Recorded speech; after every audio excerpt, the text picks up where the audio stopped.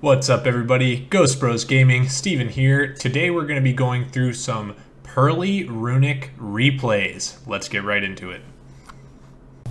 Ghost Bros Gaming.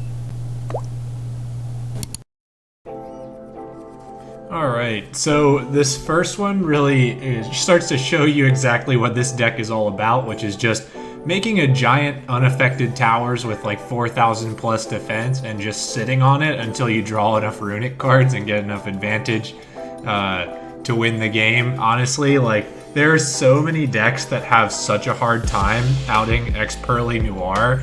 It's like kind of insane. And I feel like a lot of people don't know what unaffected actually means. Like, you'll see a common theme throughout these is people will just keep trying to use effects on the Noir like over and over again. It will just keep not working because it's still unaffected. This one was actually really interesting. At first I thought the guy was just using that virtual world trap and didn't understand what unaffected meant. So we go a few turns like this where he's targeting the Noir to destroy it. It doesn't get destroyed. But then I realized he's actually shuffling cards back. And I was thinking at first, well, I can just like let him draw out because he has less cards than me. But he actually started shuffling cards back into his deck. And I was like, okay, I see where this is going. And so like after a while, my hand was sort of forced. And so you can see he's got the spell canceller out, which is a problem. I mean, we could definitely deal with it. At this stage, I'm still kind of thinking, well, I'm just going to wait him out. So I'm just sort of sitting here building my card advantage up for like a big push eventually. Because the spell canceller should be easy to out, right? I can just run over it with the Noir.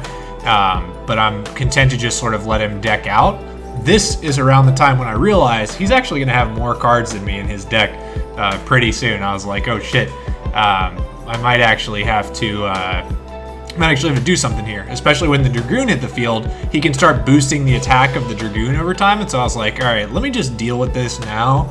So I actually run into the spell canceller. I get a bunch of attacks off the Noir, and then I just make the Zeus to out the Dragoon, and then just to extinguish all hope that this man may have had, we go back into another Noir that's unaffected.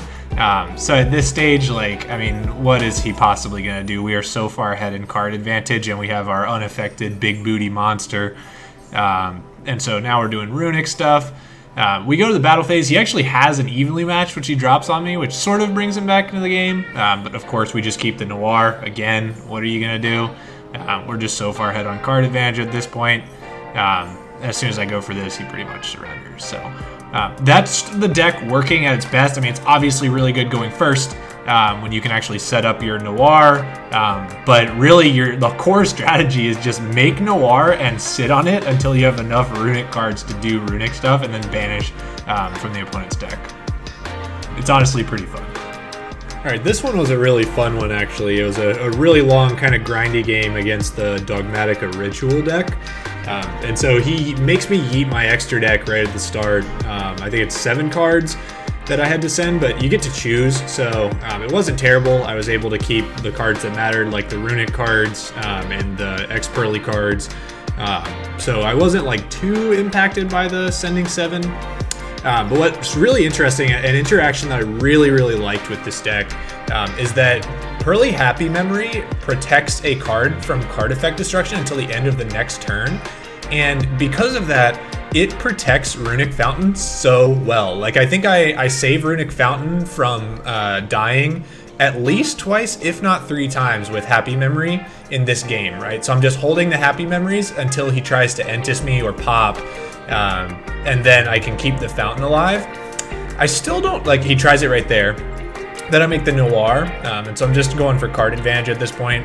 I was also experimenting with the Magician Souls package in the deck. Overall, it's mid. It's better than Desires, but it's still not as good as just running Brow or whatever the Dark World is that draws when it discards. So you can see he tries to pop there again. We protect it.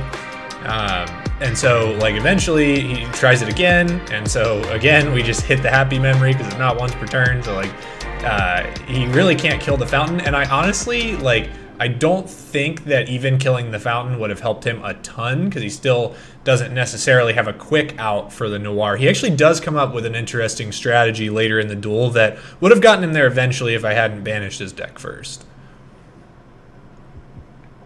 So yeah, he's going to summon the Fleur-de-Lis, and so then he's going to use that Fleur-de-Lis attack effect to actually start gaining attack. And I presume over like the next, I guess it would take 4 turns from where he's at now, he'd be able to attack over the Noir. But of course, like we have so many cards that we can just sort of like mess with him enough that he can't do that. So now he's starting to send the Omega to recycle the Entis to resend, which was pretty fun. But again, like Happy Memory came in stupid clutch. I used some Runick cards to sort of prevent his Fleur-de-Lis from either attacking or activating its effect, gaining some life points just in case. But at this point, I felt like I pretty much had it closed out. The Entis, there we go, the Happy Memory again. Like that interaction is just insane. And it's until the end of the next turn. So a lot of times people will forget about it and then try to pop your fountain even though it's protected. I think next turn I pretty much try to go for game here, summon the souls and send 2 of the Purrely cards, and yeah, that gets me into the Runick stuff, and from there we banish the deck, and that's GG. But this one was actually a really fun duel, pretty back and forth.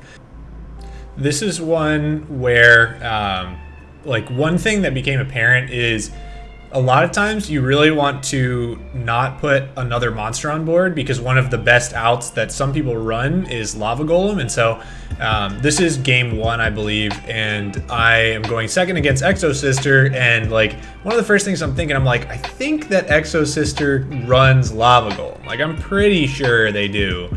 And so like the whole game, I basically am like restraining myself from putting more than just my my Noir on board, because I'm like, what are the chances? Like, how could he possibly out this except for Lava Golem, right? So like basically the entire game, I'm just sitting on the Noir. Like I'm not doing anything else. I make it, and then he makes a Baguska for some reason. It's not like I'm gonna attack him. I'm playing Runick, so. Yeah, he makes the Baguska. I guess he thinks that the Baguska maybe negates the Noir's effects. And so, because it's not an activated effect, he tries the Raigeki. That doesn't work. And so I'm content to just build card advantage here. I figured I'd have to either tip or hard draw into the fountain, because I didn't want to summon a Hugin and put a second body on board in case he had the Lava Golem. So again, I'm just sort of waiting. I mean, I'm in no rush here, right? I can pretty much start decking him at any point. And I'm pretty convinced that unless I put a second monster on the board, that he has no out in his deck for this. So, yeah, you can see we're just kind of placing some cards, building our card advantage, still just grabbing more Purrely cards just to have them. I mean, why not thin your deck at that point, right? Just once your deck is only Runick cards, it's kind of savage. And so yeah, then he goes into another Exo Sister monster. He's making more monsters. I'm still not sure what the goal is here. Like he can clear the back row, and he does. It really doesn't matter, just because we already have all of the Runick cards that we're gonna need. So I think here, this turn is when I put up the fountain, so he tries to negate, boom, and there's the Lava Golem. I knew this is when I was like, I knew he was running Lava Golem. So I felt kind of vindicated at that point. And yeah, that's pretty much, he sees the writing on the wall there. Alright, and so here's where I started playing Brow. I never should have gone against the deck building of the guy on Reddit who made this deck. Brow is cracked in the deck. You're discarding so much, it's like literally so free. This is against, I think, the same Exo Sister player. This is just like post side. And so you can see how much advantage Brow can generate for you. He just replaces himself, and you're discarding for cost like all the time. We whiff on the Purrely draw there. Since I already have the 2 Purrelys on board, I figure I may as well consolidate into Princess Sprite and get a draw. I am vulnerable to Lava Golem, so we're kind of just praying right now. I'll use the Hugin to protect the fountain off the Duster, and then we're starting to draw. We're starting to get some advantage. I'm convinced that this guy still didn't learn what unaffected means, because he just kept trying to do stuff to the Noir, and it just wasn't working for him. So, but the nice thing is somehow our Princess Sprite survived, so we actually got 2 draws off of that, which is insane. And at that point, I think all of the monsters in the deck were out of it. Maybe there was 1 Brow and 1 Purrely left in the deck, so like basically guaranteed to just get a free card off Princess Sprite at that point. And so, you know, he gets the fountain, but that's fine. Like, that's the one of like the reason I like this deck.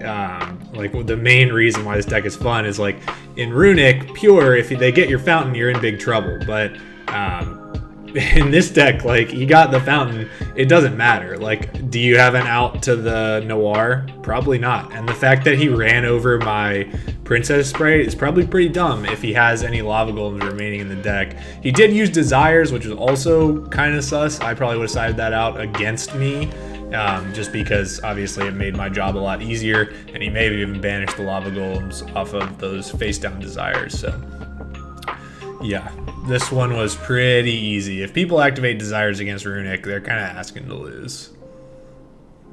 Yeah, all this stuff doesn't matter. Tactics Edge, literally none of it matters because he just doesn't have the out to this card.